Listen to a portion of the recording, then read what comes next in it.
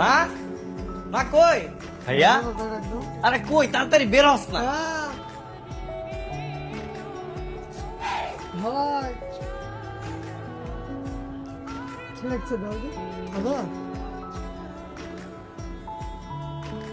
আল্লাহ এ কিভাবে সাজিয়েছিস ওকে? লাল প্যান্ট, গলায় মালা, এ কেমন সাজ? তোমার ছেলের একটা ড্যাশিং লুক দিয়ে দিলাম, একদম ইয়ো বুঝছো? ও আচ্ছা আচ্ছা, তোদের যুগের কিছুই বুঝি না আমি, কিভাবে সাজিয়েছে। আচ্ছা যা, আই আল্লাহর নাম নিয়ে যা, বিসমিল্লাহ বলে যা। বে চল দেখি তোর দেখি একদম মেয়ে ফিদা হয়ে যাবে। চল ওই যে ওইটাই মোহন আপু। দাদা কই দাদা কই এই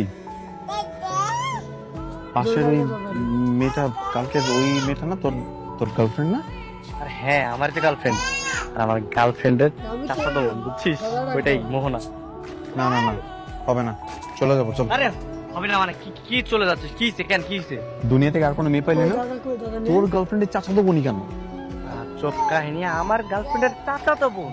এমন ভাব করছিস মনে হচ্ছে আমার গার্লফ্রেন্ডের মার সাথে তোর বিয়ে করতে নিয়ে এসে। চল আরে আয় বসে আছে।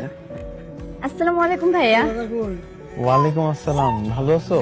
হ্যাঁ ভাইয়া ভালো আছি। মোহন আপু এই যে আমার ভাই। ভাইয়া মোহন আপু পরিচয় হতো। হ্যালো। এই তুই গতকালকে ওনার কথাই বলেছিলি?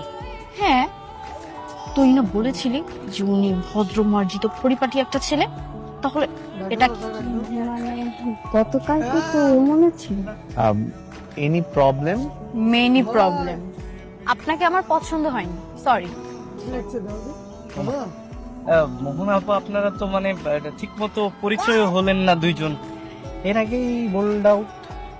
আসলে আমার ক্লাসিক ছেলে পছন্দ, ভদ্র মার্জিত পরিপাটি একটা ছেলে, আর তার যে লোক, এরকম ছেলে আমার কখনোই পছন্দ ছিল না। আর এরকম একটা ছেলেকে কোনোদিন আমি আমার জীবন সঙ্গী হিসেবে চুজও করতে পারবো না ভাইয়া। না না, বিষয়টা কিন্তু এরকম না, আমার ছোট ভাই। প্লিজ কই আমাকে কনভিন্স করার ট্রাই করবেন না, আপনাকে দেখেই আমার নিঃশ্বাস আটকে যাচ্ছে। আই এম সরি, আপনি রিজেক্টেড। হ্যাঁ চল। কই দাদা কই আরে মোহন আপু আপনি বুঝেন না আসলে ব্যাপারটা, শুনেন না। এই মোহন আপু নীলা একটু বুঝা। মেয়েটা আমাকে রিজেক্ট করছে মা, মেয়েটার নাকি নম্র ভদ্র শালীন ছেলে পছন্দ। তুই তো নম্র ভদ্র শালীন ছেলে, আরে তোর মতো ছেলে হয় নাই। আমি তো সেটা তো আমিও জানি, নম্র ভদ্র শালীন ছেলে আমি। তোমার ছোট ছেলের জন্য এই সব কিছু হয়েছে বুঝছো? ও আমাকে পাঙ্কু বানায় নিয়ে গেছে, আর তারপর মেয়ে আমাকে মুখের উপর রিজেক্ট করে দিচ্ছে। কই দাদা নে আরে ভাইয়া তুই তো দেখা যায় বেশি সেন্টি খেয়ে গেছিস। বেশি দিন থেকে গেছি তোর, তোর এইসবের জন্য এগুলো হয়েছে। দাদা কই তোর জন্য আমাকে মেয়েটা রিজেক্ট করে দিছে। আর হয়েছে তো আমার কারণে রিজেক্ট করতে, আমি ঠিক করে দিব বলছি না, আমি ঠিক করে দিব। যা ওই মেয়ের সাথে তোর বিয়ে দিব।